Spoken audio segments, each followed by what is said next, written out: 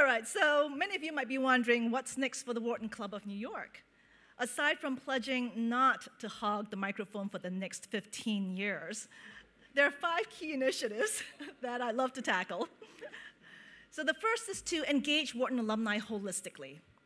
The second, to harness the power of technology.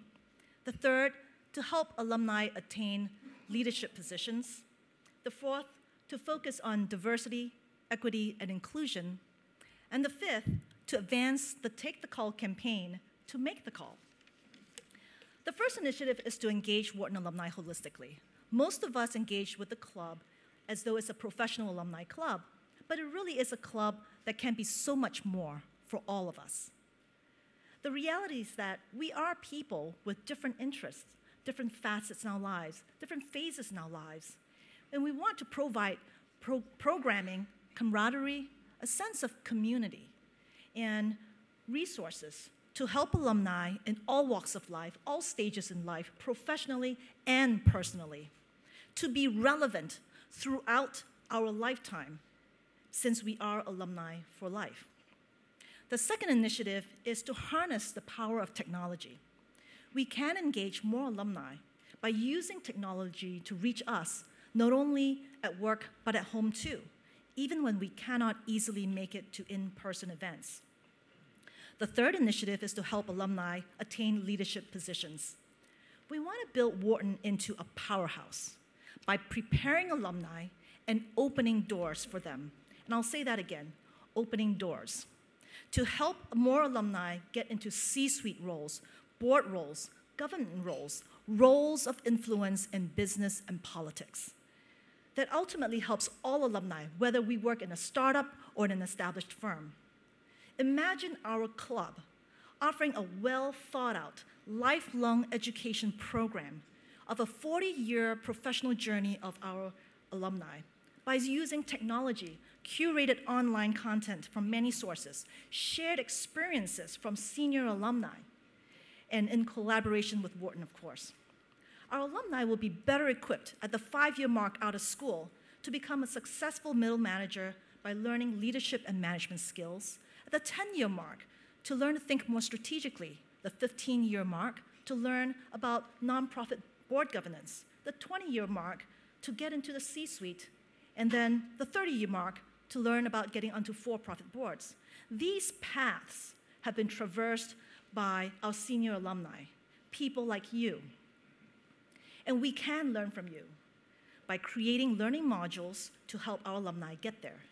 Even better, we can also help alumni fast-track to leadership positions sooner by helping entrepreneurs gain funding and attain early success in their entrepreneurial venture.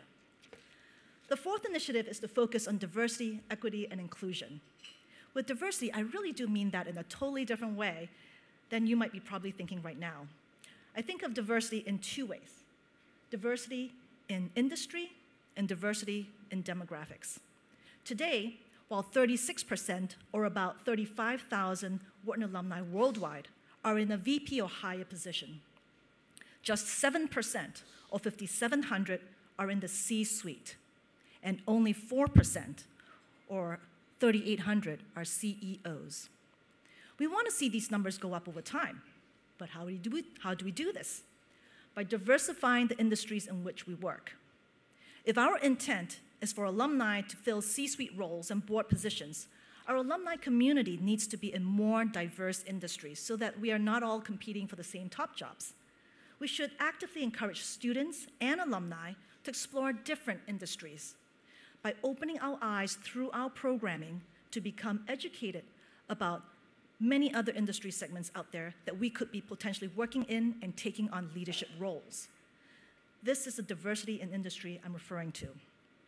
For diversity in demographics, out of our alumni base, just 25% are women, even though today, 44% of the students that Wharton admits are women, while 32% of both genders are minorities.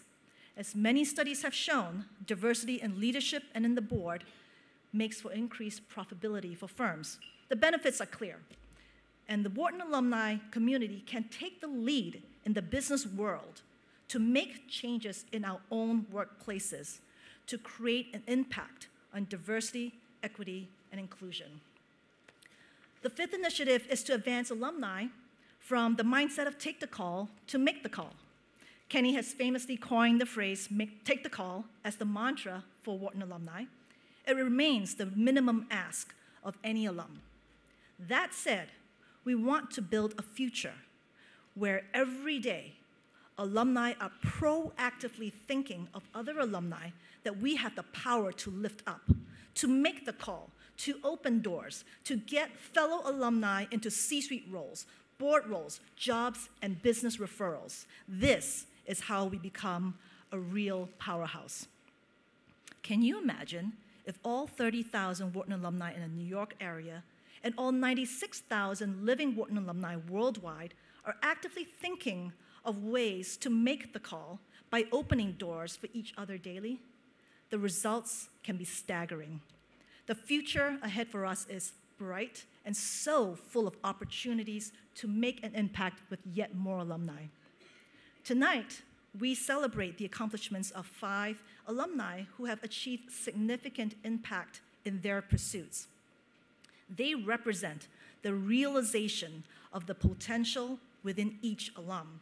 In our community, Wharton helped to discover our potential when we were admitted as students.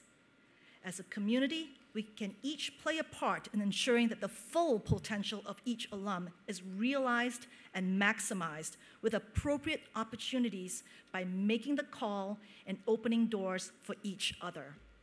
I cannot wait to see the day when so many diverse alumni are tapped for roles of influence in business and politics, so much so that we will have a really tough time deciding whom to offer the Joseph Wharton Award to each year.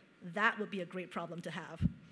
And maybe then I'll grow into Kenny's shoes and learn to hog the microphone.